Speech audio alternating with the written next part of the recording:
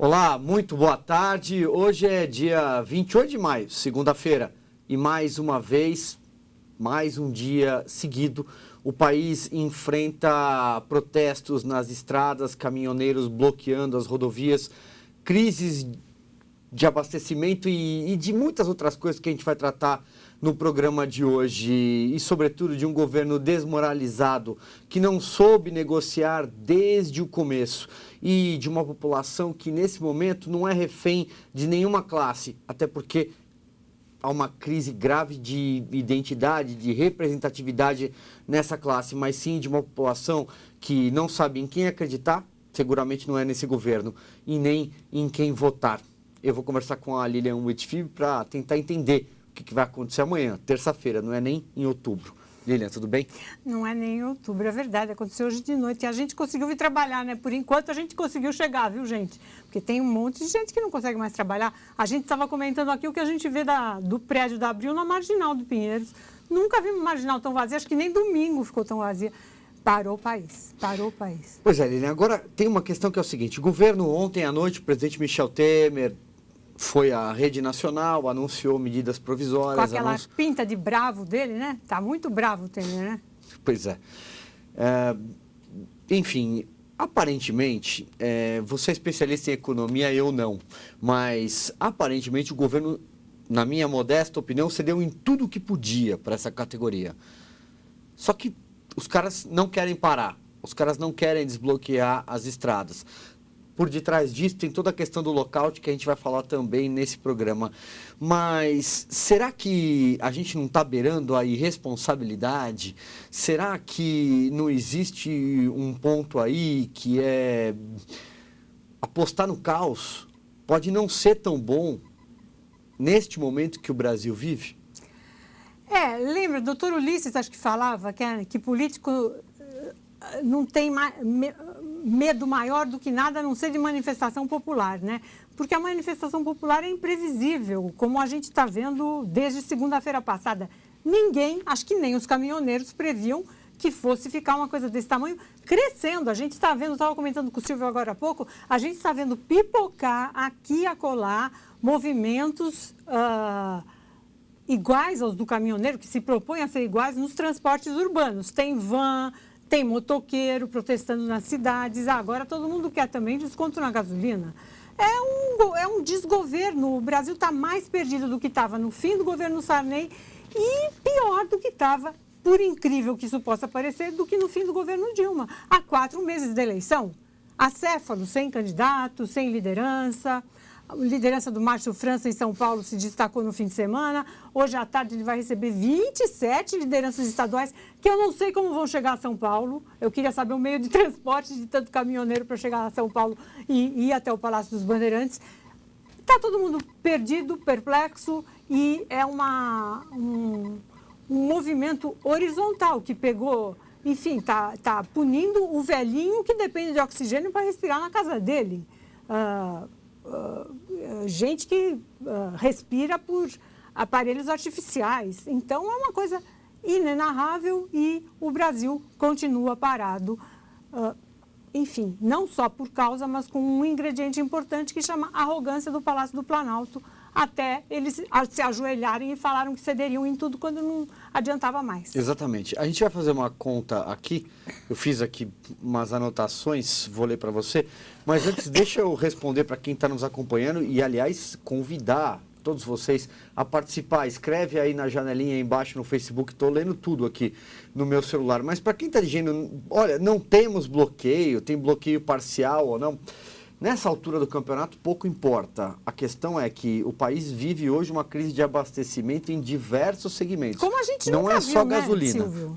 Como a gente nunca viu, né? Como a gente Nós nunca vimos. viu. Eu só vi meu pai correndo para ir ao supermercado no dia 30 de março de 1964.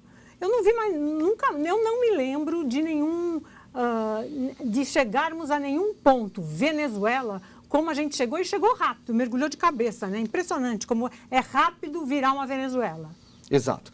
Vamos então fazer algumas continhas aqui. Eu anotei, a Lilian, que é especialista, vai me ajudar a decifrar o que significam alguns desses números. Essa engenharia do governo para tentar atender a reivindicação de quem paralisou o Brasil tem um custo, Lilian, 10 bilhões, 9,5, mas vamos chegar a 10. Palavras do ministro Eduardo Gardia em coletiva de imprensa hoje à tarde. Aí vem uma conta. De manhã. Exatamente, do meio-dia para 1h da tarde ali, exato. Diz que o governo vai cortar 3,8 bi para tentar arcar com esse sacrifício. Os outros 5,7 bi, agora você vai entender do que eu estou falando, vem daquela que seria a sobra do orçamento. É risível, infelizmente é risível. É absolutamente risível. É absolutamente aspas risível. Do Eduardo Gardia nessa coletiva a que o Silvio está se referindo. Aspas, não sabemos o que vamos fazer. Foi um sincericídio que ele cometeu na coletiva. O governo não sabe, desde o primeiro dia eles anunciavam coisas que eles não sabiam. Eu cheguei a escrever sobre isso. Foi a primeira entrevista do Padilha, na quinta noite, foi só comparável às entrevistas do Plano Collor, onde a gente perguntava para a equipe econômica como é que ia funcionar, como é que ia ser o cheque do dia seguinte. Eles não sabiam responder. Não sabiam responder, não sabem o que estão fazendo. Chutam 46 centavos de desconto, depois falam em eixo suspenso. Eu adoraria não ter que saber o que é eixo suspenso de caminhão. Ninguém sabe o que é eixo elevado de caminhão, eixo suspenso, caminhão vazio. É uma confusão tecnocrata aí. Eles realmente tanto não sabem que a gente está vendo que não tem resultado. E aqui tem 2 dados legais.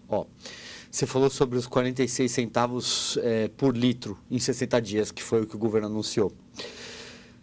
Desse valor, 30 centavos no litro é subvenção do governo. E da onde sai o resto? Da onde vem os outros 16? Redução de imposto. Essa redução de imposto, o Congresso Nacional tem que aprovar. Aí vem lá, o senhor Eunício Oliveira virou herói da nação agora, porque convocou o Senado extraordinariamente para trabalhar numa segunda-feira. A gente está aqui trabalhando. Você que está nos assistindo seguramente também. Mas o Senado foi extraordinariamente convocado para trabalhar hoje, Lilian, para votar essa questão. Esse é um dado interessante. O outro, eu li no final de semana nos jornais, só 30% nesse meio de paralisação dos caminhoneiros são autônomos. O restante é proprietário de empresa. E proprietário de empresa tem outros interesses além do dinheiro da gasolina. Então, no meio dessa matemática inteira, eu passo a bola para você com a seguinte pergunta. Quem está interessado nessa greve? Quem está interessado nessa paralisação? Eu não gosto nem de chamar de greve. A gente não sabe direito, né, Silvio? O que a gente percebe agora na prática é o nível de insatisfação popular a que se chegou. Aquilo que eu estava comentando com você um pouquinho antes, parece que o pote de mágoa da sociedade, em geral, transbordou. Porque nenhum movimento desse, seja ele de trabalhador autônomo, seja ele de empresário, entre aspas, contrariado, chega ao ponto que chegou sem apoio popular. Não adianta a empresa, a transportadora, combinar que vai fazer um lockout, como eles chamam a greve, que seria ilegal de transportadora, se não tiver adesão, né, da adesão do país a ponto que a gente está tendo agora. Então, acho que essa discussão também sobre a greve das empresas é uma discussão que interessa ao governo para encontrar bodes expiatórios. Então, uma hora o bode expiatório da vez é a transportadora, outra hora o bode expiatório é o sujeito que não é patriota. Agora estavam apelando para o patriotismo. O Carlos Marum, secretário de Governo do Planalto, falou isso. Pelo amor de Deus, apelo para o patriotismo dos postos de combustível, para eles não se apropriarem do desconto que está sendo dado no litro do diesel e que eles precisam que chegue ao bolso dos caminhoneiros sem que os postos se apropriem. Gente, a outra é também o tabelamento do frete. As empresas de frete já estão se manifestando contra. O agronegócio está dizendo que é uma loucura, que é um preço inimaginavelmente passível de ser tabelado. Estão falando em insegurança jurídica. E a gente está no meio do caos, no meio dessa confusão, reféns. Nós, de um Palácio do Planalto sem comando. força. Há muito tempo, absolutamente. Aliás, para quem está escrevendo aqui a favor dos caminhoneiros, dizendo que a gente é contra os caminhoneiros ou a paralisação e etc. Gente, vamos dizer uma coisa. Essa greve, essa paralisação, ela não tem mais sentido nenhum de continuar. Toda a parte artificial dela, a gente está tentando explicar aqui para vocês o que está por trás de tudo isso. E seguramente não é o que vocês estão pensando. E a respeito de quem fala sobre eleições, tanto a direita quanto a esquerda, todo mundo que tentou pegar carona nessa greve se deu mal até agora. O que você acha disso, Lilian? Acho que a questão não é ser a favor ou ser contra a greve. Isso é uma bobagem. Eu acho que o mais importante é a gente perceber o momento político que a gente está vivendo e o momento social, principalmente, né? O que está acontecendo com a sociedade brasileira. A sociedade brasileira está sem comida, sem remédio, sem combustível, sem meio de transporte, sem poder ir e vir e sem perspectiva de saber quando isso acaba. É aquilo que, repetindo, como é rápido a gente virar uma Venezuela. Tomara que isso nos sirva de lição. Eu não fico procurando culpado, sinceramente, ou o bandido e o mocinho desse movimento. Eu acho que não tem. Acho que tem uma realidade social gravíssima na qual o país mergulhou. O governo Temer conseguiu ser pior do que o governo Dilma. Ponto, infelizmente. Exato. E aí tem um monte de gente escrevendo aqui, Lilian, dizendo assim, vocês são contra a greve e etc. Gente, vou repetir mais uma vez, essa greve, essa paralisação, ela não vai levar a lugar nenhum, além do que já levou até agora, Lilian. Não vai levar. A crise de abastecimento isso nem importa. é Xuxa e muito Roberto grave. Carlos apoiaram a greve, vai. Vocês querem mais? Quem está a favor, quer mais? Xuxa e Roberto Carlos estão apoiando publicamente. Crise de abastecimento grave.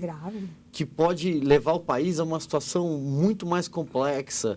Porque tem muita gente dizendo assim, não, eu sou a favor da greve porque a gasolina está cara, porque o diesel está caro, ou etc e tal. O governo já cedeu. É importante dizer isso, o governo já cedeu. Então, a partir de agora, vai virar a confusão. É apostar no caos. As próprias lideranças estão reconhecendo, as lideranças, pelo menos que a gente conhece, estão falando para os meios de comunicação que pediram para os caminhoneiros voltarem. E os caminhoneiros não estão voltando, ou estão voltando mais lentamente do que se imaginava. Agora, isso sem contar, de novo, os movimentos que começam a pipocar nos transportes urbanos e a anunciada greve dos petroleiros para esta semana. A Petrobras já acabou de fazer um comunicado pedindo, pelo amor de Deus, para não entrarem em greve e apelando para o patriotismo também. Não é tão simples, os movimentos sociais são muito mais complicados do que isso. Exatamente. Para quem mais escreve sobre intervenção militar, se somos ou não a favor de intervenção militar, a Lilian fala por ela, eu falo por mim, nem vou responder porque eu acho uma tremenda bobagem esse tipo de comentário. Seguindo, Lilian, muita gente fala de novo sobre os políticos. A verdade é que todo mundo no começo tentou capitalizar. Desde a extrema-direita, né? O próprio deputado Jair Bolsonaro, que está bem em algumas pesquisas e que representa esse campo hoje na nossa corrida eleitoral, recuou em relação aos seus comentários em apoio a essa paralisação. A esquerda também é verdade, não demorou muito para a esquerda, para os deputados do PT, eu li vários no Twitter, no Facebook, tentando apoiar no começo, depois todo mundo também recuou. A verdade é que ninguém conseguiu capitalizar. E aí é que entra a questão da gente comparar ou não com 2013, o que está acontecendo com 2013. Claro que em 2013 a gente não tinha uma crise de abastecimento, mas as pessoas foram para a rua por conta de um repasse nos transportes públicos de 20 centavos, e aí de repente virou, não é mais só por causa dos 20 centavos. A gente não pode perder de vista aí também, né, o timing dessa história. As manifestações de 2013 derrubaram a presidente da República 3 anos depois. O mandato do Temer termina daqui a alguns meses. Então, por mais que o país ferva, muita gente também no Facebook está me perguntando, Lilian, o governo cai, e agora, se o movimento não acabar, o Temer cai? Não dá tempo do Temer cair, o Temer vai cair para onde?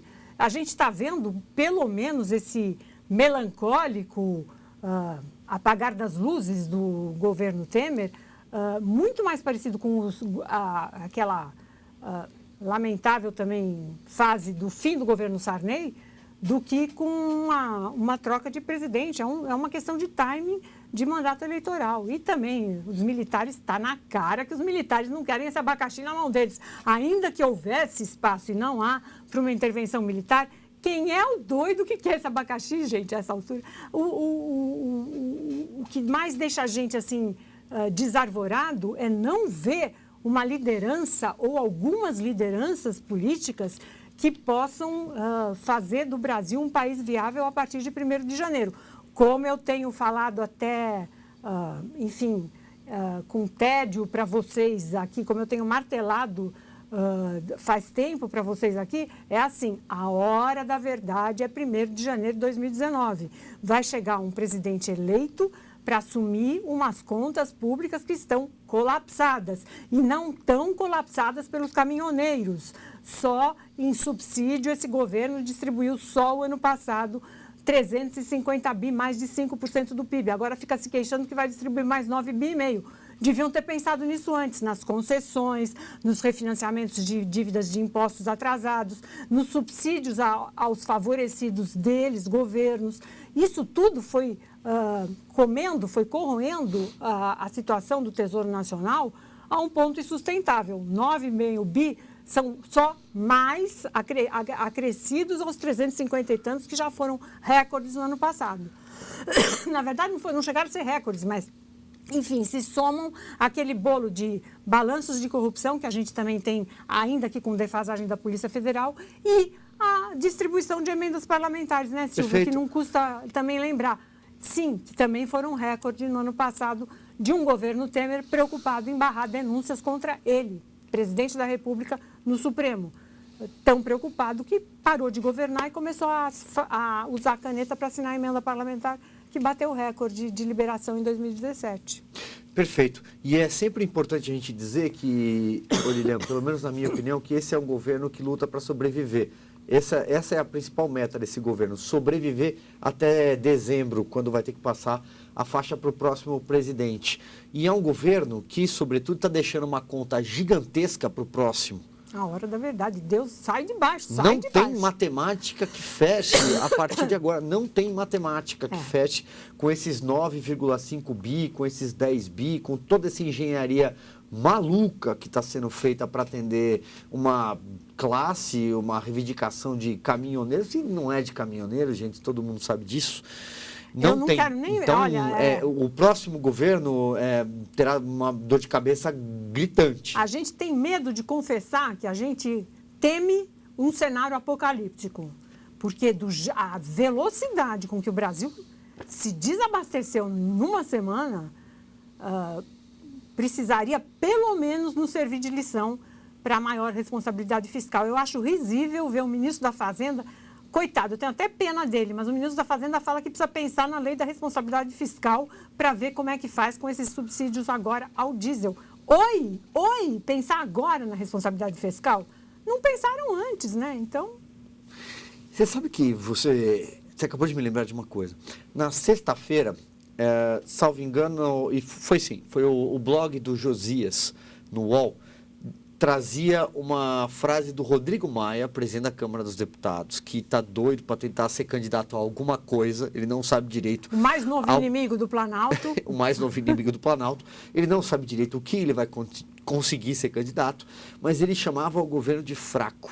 Ah, sim, é. Então, nesse momento, a gente tem até uma gravíssima guerra política entre poderes. Rodrigo Maia que acabou de salvar o Temer, ajudar a salvar o Temer nas votações da denúncia contra o Temer na Câmara dos Deputados. Se não fosse o Rodrigo Maia, o Supremo estava investigando o Temer porque a votação não teria sido bem sucedida a favor do Temer. O Rodrigo Maia era aliado até outro dia. Virou o novo inimigo número 1. E eu acho que foi o Temer e também o Marum que começaram a a ressaltar muito o papel do Eunício Oliveira no Senado. Teve um momento aí que exatamente, só falam em Eunício Oliveira. Por quê? Porque o Rodrigo Maia virou o bebê rebelde deles agora no Planalto. Exato. E as declarações, elas começaram a vir no seguinte sentido.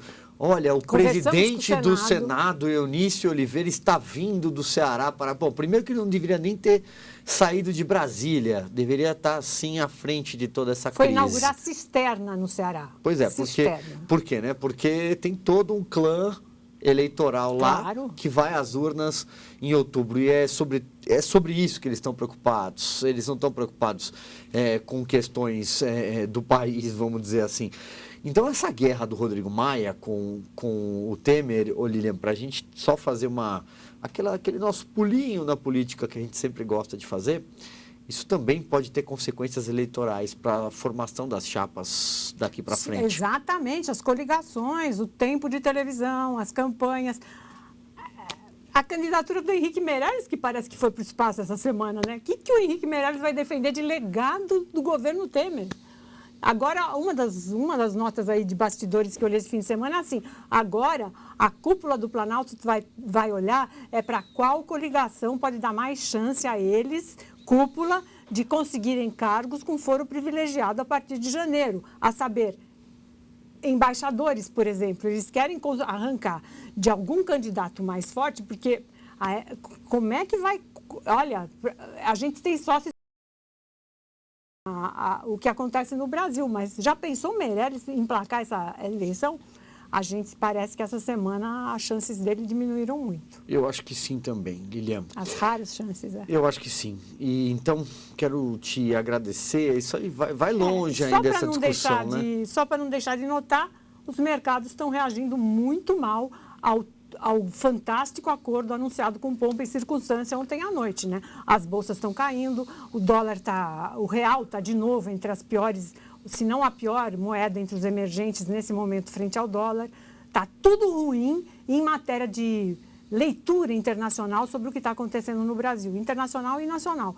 Ou seja, as bolsas, por exemplo, que sempre procuram antecipar o que vai acontecer na economia, se o desemprego vai melhorar, se não vai melhorar, se a recessão vai dar mais um alívio, etc., estão muito pessimistas. E esses mercados costumam refletir as perspectivas do que nos espera em matéria de emprego, saúde, renda, receita, etc. Então, deixa eu aproveitar e te fazer mais uma pergunta, já que você entende do riscado. Agora, a curiosidade minha, não é nem de quem está escrevendo aqui para a gente.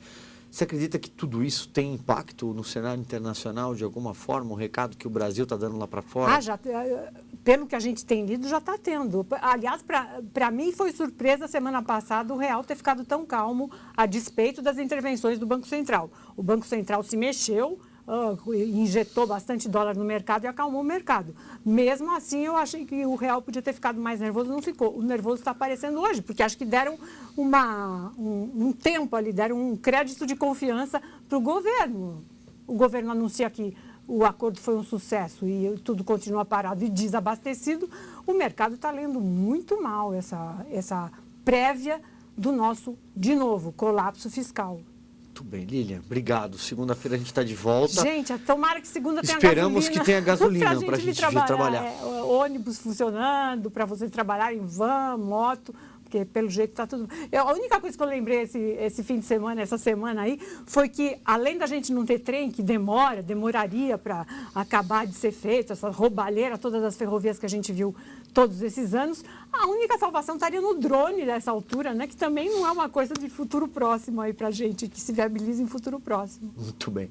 Obrigado para você que nos acompanhou. Obrigado você também que não concordou, que reclamou, que escreveu aqui, xingou a gente.